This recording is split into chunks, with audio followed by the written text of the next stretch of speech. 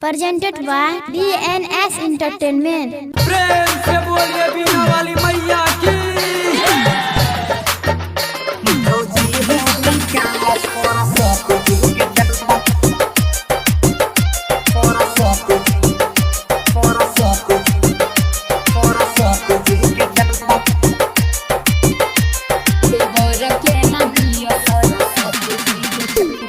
छोरी दा हो खड़बा के कम सब धंधा किए हो रसीद कटला रसीद बोलो ने।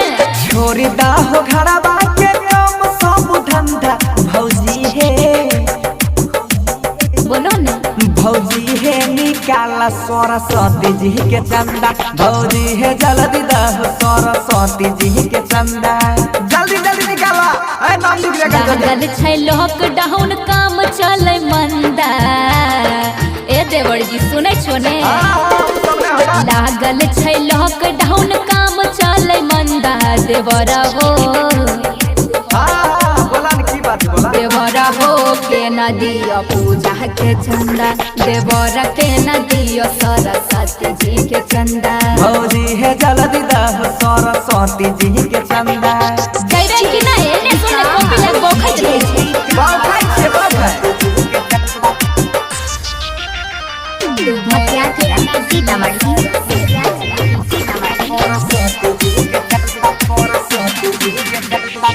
पिछलो बार देने री 551 नहीं कैल हो बढ़िया से नाच सुर सजावन तो हर बार ठकै छो समझ लो। ठकै नहीं छे ठकै याद तोरा नहीं छ हमर लागल रहे घाटा अबरी करे छिया यार के सपाटी साटा डीजे पर पी खाई के नाच कर भोगंदा देवर हो।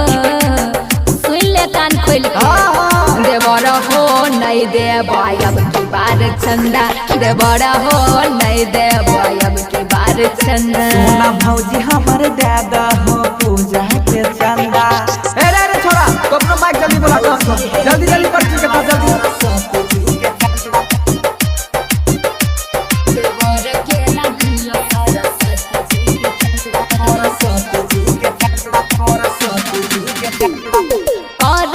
जब हमरा इतना तू जिद हो काटी ले 251 के रसीद हो।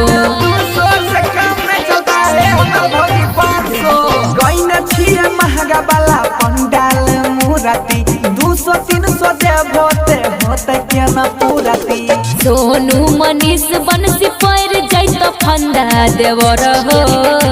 बोला हमर भौजी बोला एहो प्रसादी दैले ओइ हलेल पूजा के चंदा देवर हो ले ले हई पूजा के चंदा। जियो जिया हमर भौजी देला पूजा के चंदा जरूर आइयो मेला में अबरी बंसी एक प्रोग्राम छै। शांति रिकॉर्डिंग स्टूडियो राजा जनमानसी।